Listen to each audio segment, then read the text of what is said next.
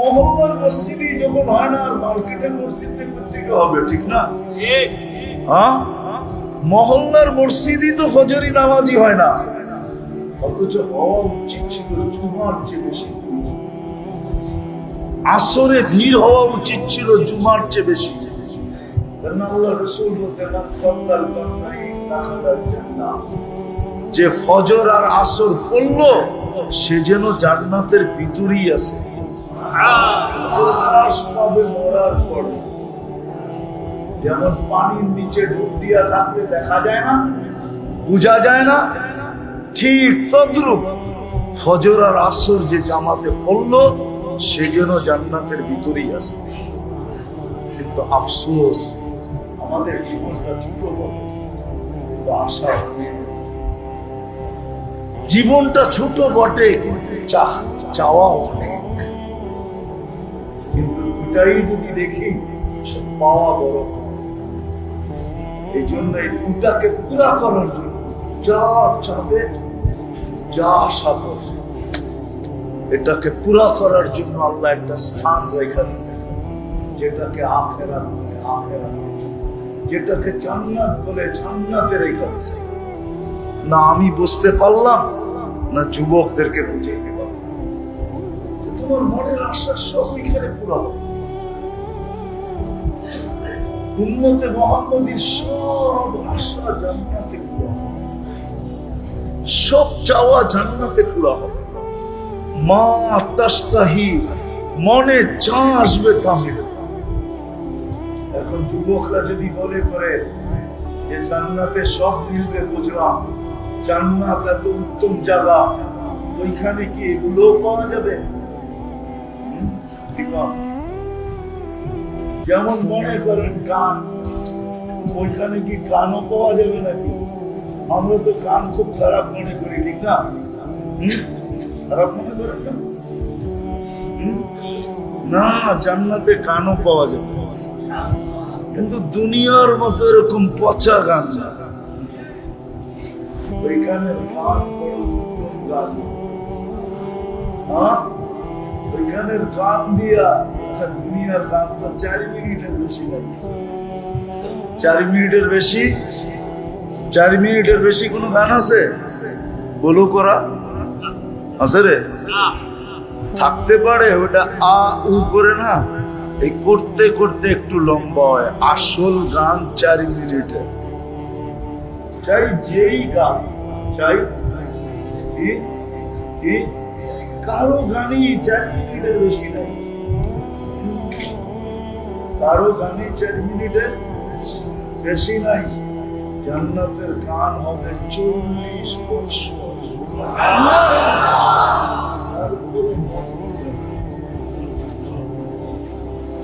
দুনিয়াতে গান শোনা যায়, আর যুবকরা খালি স্কিনে টাচ করে চুমা লওয়া যায়। ওরা গান শুনে, শুনতে শুনতে গান মাথা নষ্ট হয়ে যায়। হায়, কে গাইলো আর কি গাইলো আর কি অবস্থায় গাইলো, মাঝে মাঝে মাথা নষ্ট হয়। তো স্কিনে টাচ করে চুমা দেয়। কি গান? মসজিদে দিকে গিয়েছে, কি গান আছে কি চেহারা রাগ হয়ে গেল। জিগান সত্য না, স্ক্রিনে টাচ করে চুমা দেয়। জান্নাত এরকম না, যে গাইবে তোমার সামনে ও তোমার হয়ে যাবে। 40 বছর পরে খালি গান শুনবি, আর কোন কাহিনী নাই। চল কামরায় করে কাহিনী দেখাই। আল্লাহ তোমার জন্য বানাইছে, যে তোমাকে গান শোনাবে ও তোমার, ওকে তোমার আর কারণ। এইখানে খালি স্কিন ধরা চুমা দেওয়া যায়, কিছু করা যায় না। গান দেখতেই তো আছে স্কিনের ভিতরে, ঠিক না? হ্যাঁ, ও কই ও কই, ঠিক না? বেশি বিরক্ত করলে কেস লাগায়, ঠিক না? জান্নাতের যে গাবে তোমার সামনে, যে নাচবে তোমার সামনে ও তোমার। আরে এটা তো বহুত বড় কথা। যার চোখে তোমার চোখ লাগবে ও তোমার। আরে তুমি চোখ দিয়া দেখছো, তোমার চোখে চোখ পড়ছে, বাস তোমার। আল্লাহ বানায় রাখছে। আমাদের নবীজি চোখে দেখা হিসাব। যদিও মাহফিলটা হওয়ার কথা ছিল মাঠে, মনে হয় আল্লাহর মঞ্জুর এটাই ছিল, যে জিনিস যত বেশি কবুল হয় ওটার মূল্য তত বাড়ে। কোরআনই মাহফিল, আল্লাহ এটাই মনে হয় চাইছেন, যেটা আমার ঘরেই এই জন্য দুঃখিত হওয়ার কিছু নাই। বোঝা গেল এটার গ্রহণযোগ্যতা আল্লাহর কাছে অনেক বেশি। এই জন্য মূল্যবান জিনিস মূল্যবান জায়গায় হওয়া এটাই শুরু। এই জন্য মনে হয় যে মাহফিলটা, এই আয়োজনটা আল্লাহ কবুল করছেন। আল্লাহ নিজের ঘরে কোনো বাহানা দিয়ে আসছে। ময়দানে বসলেও শোনারি, কিন্তু তিনটা জিনিস মনে হয় পাওয়া গেল। একটা, যতক্ষণ আল্লাহর ঘরে বসে থাকবো ততক্ষণ নামাজের সওয়াব লিপিবদ্ধ থাকবে। মনে হয় ময়দানে বসে পাওয়া গেল। দ্বিতীয়, যতক্ষণ আল্লাহর ঘরে নিশ্চুপ বসে থাকবো একজন ফেরেশতা আমার পক্ষ হইয়া মাগফিরাতের দোয়া করতে থাকবে। এটাও মনে হয় যে বাহিরে গেলে পাওয়া যাবে। তৃতীয়, আরেকজন ফেরেশতা রহমতের দোয়া করবে যতক্ষণ আমি মসজিদে নিশ্চুপ বসে থাকবো। তাহলে এই তিনটা জিনিস তো বাহিরে পাওয়া যেত না। হয়তো বাহিরের ফজিলত গুলা পাওয়া যেত, কিন্তু এই বিশেষ জিনিসটা পাওয়া যেত। এই জন্য মনে হয় আজকে এই মজমাবাসীকে বা এইখানে যারা আসবে তাদেরকে আল্লাহ কোরআনি মাহফিলের সাথে দিবেনই, আলাদা এই তিনটা জিনিসও মনে হয় বেশি বেনিফিট পাওয়ার জন্য মনে হয় আজকে আল্লাহ মসজিদে এটাকে নিয়ে আসছে। যদিও হওয়ার কথা ছিল ময়দানে, কিন্তু মন ভাঙ্গার কিছুই নাই। মন তো ওরা ভাঙ্গে যাদের লস হয়। আমাদের তো কোনো দিক দিয়ে লস নাই, ঠিক না? লস আছে না? এই উম্মতের কোনো দিক দিয়ে লস নাই। লস হইল লাভ, লাভ হইল লাভ।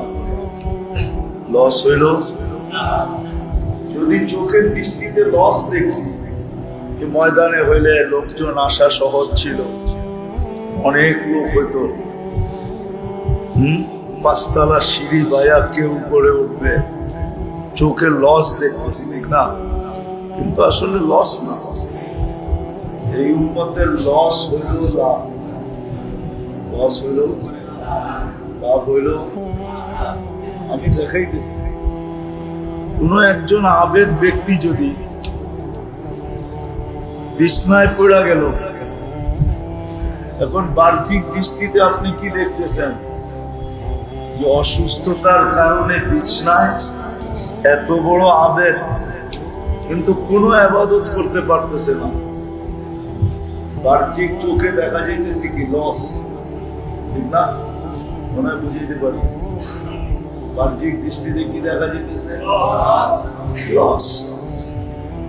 সে বিছনায় পড়া, কাতরাইতেছে, ইবাদত বন্দেগী করতে পারতেছে না, কিন্তু আসলে লস না, লাভ।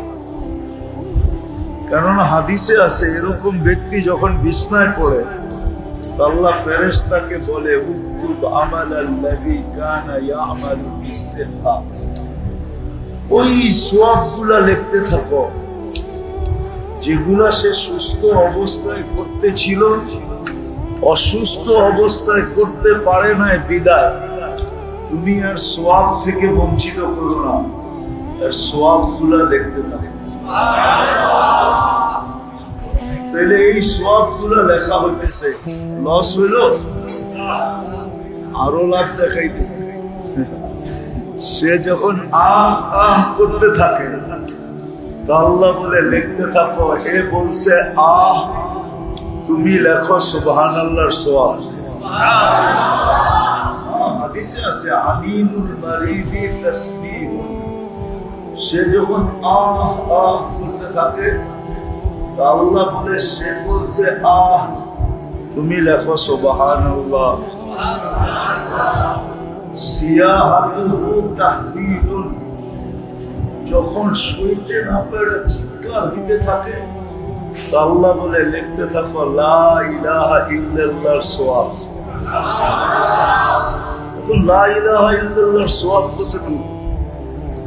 কতটুকু হবে বলেন না, কেউ একটা ধারণা দিয়ে কতটুকু? 2-4 কেজি হবে? আচ্ছা টন কতটুকু?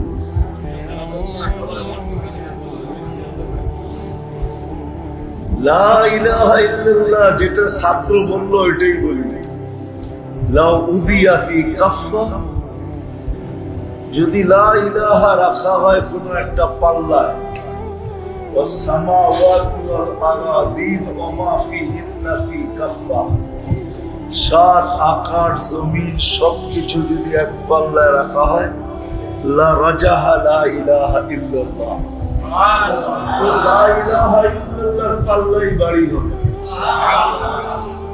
লাভ না লস?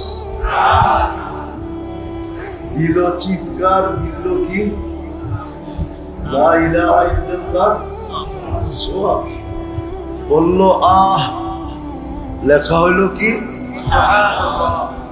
তাকাল্লুবুহু আন যামবিন ইলা যামবিন, যখন ছটফট করতে থাকে, ছটফট বলেন তো কি একবার সুপাস করতে থাকে, ঠিক না? একবার বয় একবার শোয়, ছটফট করতে যখন থাকে তো আল্লাহ বলে লেখো, আল্লাহ বলে লেখো, বলে কি লিখবো? বলে দুশ্মনের বিরুদ্ধে যুদ্ধের ময়দানে লড়লে যে সোয়াব পাইত ওই সোয়াব বিছনায় চিৎপটম হয়ে লাভ হইল না লস হইল? চিৎপটম বুঝুন তো, চিৎপটম। আজকেও আমাদের লস নাই, যদিও হওয়ার কথা ছিল কি হইতেছে কোথায়?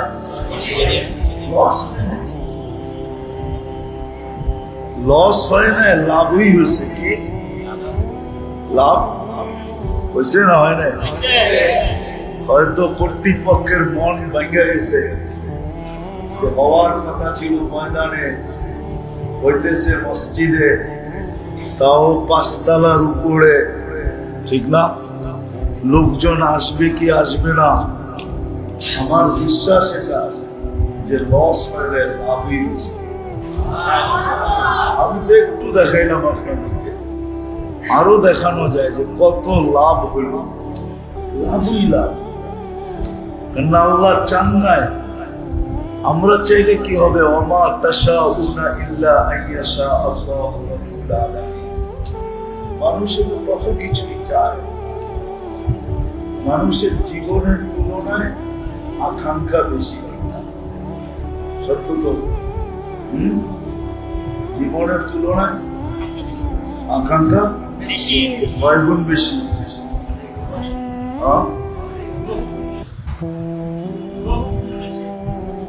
জীবনের তুলনায় আকাঙ্ক্ষা অনেক অনেক বেশি, ঠিক না? জীবনটা 60-70 বছর, আকাঙ্ক্ষা যদি দেখা যায় তো 1000 বৎসরও পুরা হবে কিনা সন্দেহ আছে। মানলাম 1000 বৎসর পাইল, তো আরো তো 1000 বৎসরে আকাঙ্ক্ষা তো বাড়তেই থাকবে, ঠিক না? 1000 বৎসরে দেখা যাবে লাখ বৎসরের আকাঙ্ক্ষা শুরু হয়ে যাবে, ঠিক না? হ্যাঁ, কিন্তু বাঁচবে 1000 বছর। আশা আকাঙ্ক্ষা কতদিনের? লক্ষ বৎসরের আকাঙ্ক্ষা, ঠিক না? মানুষের জীবনটা ছোট, কিন্তু আশা অনেক বড়। মানুষের জীবনটা ছোট, কিন্তু চাওয়া অনেক বেশি, ঠিক না? চাওয়া বেশি না? না বেশি না? পাচকদের কতটি চান? চান না? হ্যাঁ, কতগুলা চান? বলে প্রতিদিন আল্লাহর কাছে আমরা কতগুলা চাই? মানুষের জীবনের তুলনায় চাওয়া অনেক বেশি। আফসোস তো এখানে, যেই মানুষের জীবনের তুলনায় চাহিদাটা অনেক বেশি, অবর্ণনীয় বেশি, অসংখ্য বেশি। জীবনের চেয়ে চাওয়া অনেক অনেক বেশি, কিন্তু আফসোস তো এখানে যে ওই মানুষটা শিখলো না, জানলো না যে এই চাওয়ার আকাঙ্ক্ষা আমার ভিতরে কে দিছে? কে দিছে? আল্লাহ দিছে না? আকাঙ্ক্ষা কে দিছে? আকাঙ্ক্ষা তৈরি হওয়ার মতো মেশিনটা কে দিছে? আপনি বলবেন আকাঙ্ক্ষা তো মনে হয়, মাইনা নিলাম, কিন্তু মনটা কে দিছে? কিন্তু আফসোস তো এখানেই যে মানুষটা শিখলো না যে আমার যে আকাঙ্ক্ষা এটা আসলে কি এখানে পুরা হবে না অন্য কোথাও পুরা হবে? একটা যৌক্তিক কথা, এইখানে আকাঙ্ক্ষা পুরা হয় কি পুরা? দুনিয়ার পরিধিটা যদি আপনি মাপেন তাহলে মাত্র 24,000 মাইল। আমাদের দুনিয়াটা মাত্র কত মাইল? মনে হয় এরা বিশ্বাস করে না। করেন বিশ্বাস? বাপগুবে পূজারে আপনারা বিশ্বাস করতে চান? 24,000 মাইল না? তো ছোট কিতাবে লেখা আছে, যখন আমরা স্কুলে পড়ছি তখন লেখা আছে স্কুলের বইতে, 12 ঘন্টায় 1000 মাইল অতিক্রম করে 24 ঘন্টায় একবার ঘুরা দুনিয়া প্রদক্ষিণ করে।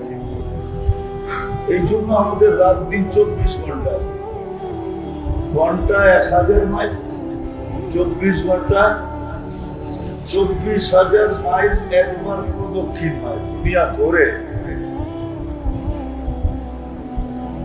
ঘন্টা 1000 মাইল গতিতে ঘুরে 24 ঘন্টা একবার প্রদক্ষিণ হয়। এই জন্য আমাদের রাত দিন 24 ঘন্টা। বোঝা গেল আমাদের দুনিয়াটা 24,000 মাইল। কত? 67 ভাগ পানি, 33 ভাগ স্থল। এখন হয়তো দ্বীপটি ভয়াট হয়ে আরো কিছু বাড়তে পারে, কিন্তু আগে বলতে এটি লেখা ছিল 67 ভাগ পানি, 33 ভাগ স্থল, ঠিক না? তার ভিতরে বসবাস বর্তমানে 800 কোটি মানুষ। আপনি চুক্তি দিয়া বলেন আমাকে যে 800 কোটি মানুষের ভিতরে আপনার আশা আকাঙ্ক্ষা পুরা হয়তো হয়নি, সবাইরে দিবে না, সব আপনাকে দিয়ে দিবে।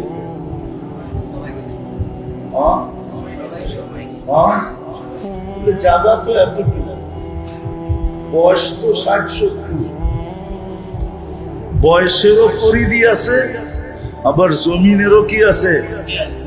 এইখানে 800 কোটি মানুষের আশা আকাঙ্ক্ষা পুরা হয় কি করে?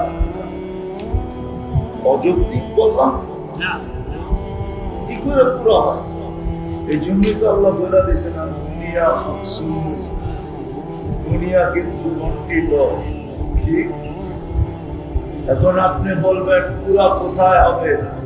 এটাই তো আমি আফসোস করে বুঝাইতেছিলাম যে আফসোস মানুষের জীবনের চেয়ে আকাঙ্ক্ষা অনেক অনেক অনেক গুণ বেশি।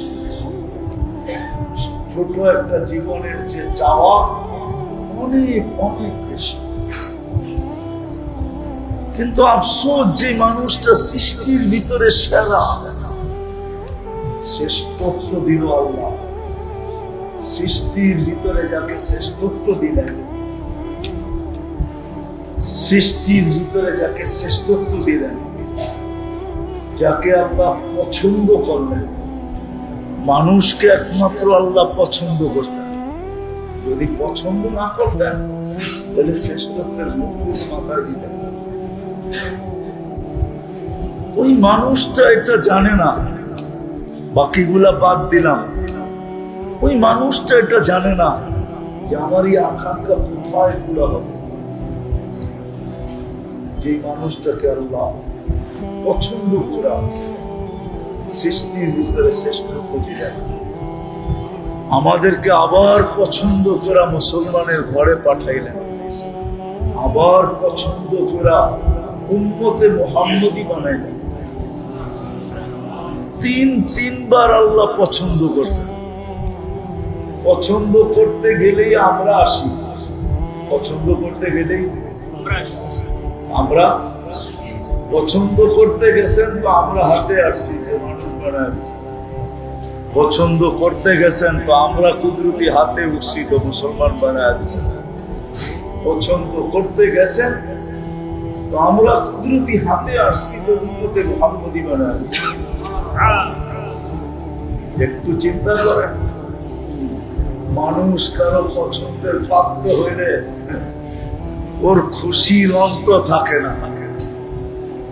মানতেছি না, মানুষ যদি কখনো কোন ব্যক্তিত্বের পছন্দের পাত্র হয় তাহলে আর খুশির কি থাকে না, অন্ত। সত্য তো? না মনে হয় বোঝেন না আপনারা, ইঙ্গিত সিঙ্গিত বোঝেন না মনে হয়। মানুষ যদি কোনো মানুষের পছন্দের পাত্র হয় তাহলে তার খুশির অন্ত থাকে না। আপনি কার পছন্দের পাত্র? একটু ভাবেন না, আপনি কার পছন্দের পাত্র? আপনি আমি কার পছন্দের পাত্র? কার? মানুষ যদি মানুষের পছন্দের পাত্র হয়ে এত তাপই দেখাইতে পারে, এত খুশি হইতে পারে, খুশির যদি অন্ত না থাকতে পারে, তাহলে আপনি কার পছন্দ? আজ পর্যন্ত তো আপনি খুশির চেষ্টা এত করলেন, করছেন তো শুকরিয়ার 2 রাকাত নামাজ, যে আমি শুকরিয়ার 2 রাকাত নামাজ পড়লাম কেন? আল্লাহ আমাকে পছন্দ করা মানুষ বানাইছে। বলো কেউ হাত উঠায় জানতেছি। আল্লাহ আমাকে পছন্দ করে উম্মতে মুহাম্মদী বানাইছেন, এই জন্য আমি 2 রাকাত শুকরানার নামাজ পড়লাম। আল্লাহ আমাকে পছন্দ করে মুসলমানের ঘরে পাঠাইছেন। বলো কোন যুবক, বলো কোন দাড়ি পাকা যে আমি 2 রাকাত নামাজ শুকরানা পড়ছি। কিন্তু এই মানুষটাকে, এই যুবকটাকে যদি কেউ নিজের পছন্দের পাত্র বানায়, যাকে ডাইনাক বলে, ওনার বলে না, তাহলে ওর তো খুশির অন্ত থাকে না, থাকে নাকি? প্রচার প্রসার, ফেসবুক, ভাইবার, হোয়াটসঅ্যাপ, ইমো, দুনিয়ার কোন মিডিয়ায় নাই যে মিডিয়ায় না ছাড়ে, না আছে নাকি? সব মিডিয়ায় কি করে পোস্টার পর্যন্ত বানায় ছাড়ে, না? যে উনি অমুকের প্রিয় পাত্র, পছন্দের পাত্র। আমার কথাটা কি অযৌক্তিক? আমরা তো আজ পর্যন্ত 2 রাকাত পড়লাম না। তো যেটা বুঝাইতেছিলাম, আপনাকে আমাকে আল্লাহ 3বার পছন্দ করছেন। পছন্দ করছেন কে? আল্লাহর পছন্দের কোনো মূল্য নাই, কোনো দাম নাই। আমার কি জানা উচিত ছিল না যে আমার জীবনের চেয়ে তো আমার আকাঙ্ক্ষা বেশি, এটা পুরো হবে কোথায়? আকাঙ্ক্ষার মতো আকাঙ্ক্ষা করার মতো জিনিসটা তো উনিই দিলেন। অনেক সময় মানুষ ফোন কিনে, বটন সেট কিনে, ঠিক না? তো বুঝা শুধুই কিনে, এটার ভিতরে কোনো শুধু ফোন রিসিভ করা যাবে আর করা যাবে আর কয়েকটা নাম্বার কি করা যাবে, সেভ করা যাবে, ঠিক না? মেমোরি কার্ড যদি ভরার সুযোগ থাকে তাইলে তারপরেও ছোটখাটো একটা মেমোরি এটার ভিতরে ভরা বেশি থেকে বেশি কিছু অডিও ডাউনলোড করা যাবে না? ভিডিও তো না,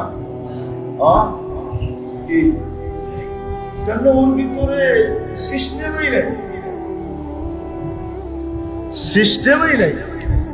তো আমাদেরকে যে আল্লাহ মন দিলেন, আমি যে আকাঙ্ক্ষা করতে পারি, আল্লাহ যদি আকাঙ্ক্ষা পুরা নাই হতো, তাহলে আকাঙ্ক্ষা করার মতো মেশিনটা আমার ভিতরে কেন দিলেন? তাহলে আমার বাবা উচিত ছিল, আকাঙ্ক্ষা তো করি বটে, জীবনের চেয়ে অনেক বেশি আশা, কিন্তু পুরা তো হয় না।